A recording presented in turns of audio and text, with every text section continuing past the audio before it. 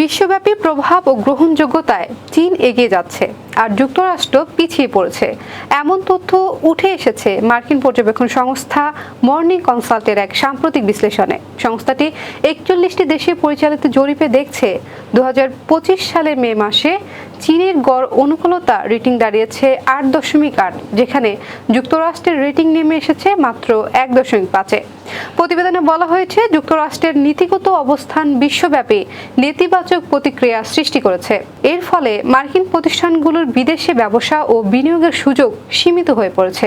বিশেষ করে বিদেশি শিক্ষার্থীদের উপর নিষেধাজ্ঞা ও কর নীতিতে পরিবর্তনের প্রভাব তুলে ধরা হয়েছে রিপোর্টে। অন্যদিকে চীনের সুনাম বাড়ার পেছনে রয়েছে কৌশলগত বাণিজ্য নীতি ও বৈশ্বিক প্রভাব বিস্তারের প্রচেষ্টা।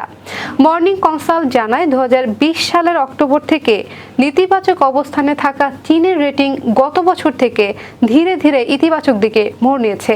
বিশেষ করে মার্কিন নির্বাচনের পরপরই এই প্রবণতা শুরু হয় এবং মার্চ থেকে তা আরও জোরদার হয়। বাজেটে নতুন বন্দোবস্তের আকাঙ্ক্ষার পূর্ণ প্রতিফলন ঘটেনি বলে মন্তব্য করছেন জাতীয় নাগরিক পার্টির আহ্বায়ক নাহিদ ইসলাম। মঙ্গলবার বিকেলে রাজধানীর বাংলা মোটর অস্থায়ী কার্যালয়ে এক সংবাদ সম্মেলনে 2025-26 প্রস্তাবিত বাজেটের প্রতিক্রিয়ায় তিনি এ মন্তব্য করেন। নাহিদ বলেন, বাজেট বাস্তব ভিত্তিক হলেও নতুন বন্দোবস্তের যে আকাঙ্ক্ষা, অর্থনৈতিক রূপান্তরের যে আকাঙ্ক্ষা, সেটির পূর্ণ প্রতিফলন ঘটেনি। তিনি বলেন, বর্তমান সময়ের যেসব অর্থনৈতিক সমস্যা রয়েছে সেগুলো তারা অ্যাড্রেস করতে পেরেছে। তবে আমরা যে বৈষম্যহীন সমাজের ভিশনের কথা বলছি, এই বাজেটে সেটা আসেনি।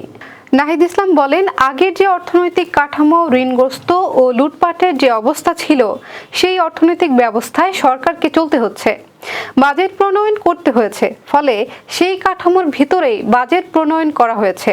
এই বাজেট থেকে যে কর্মসংস্থান সৃষ্টি বা বেকারত্ব দূর হবে সেটা আমরা মনে করছি না।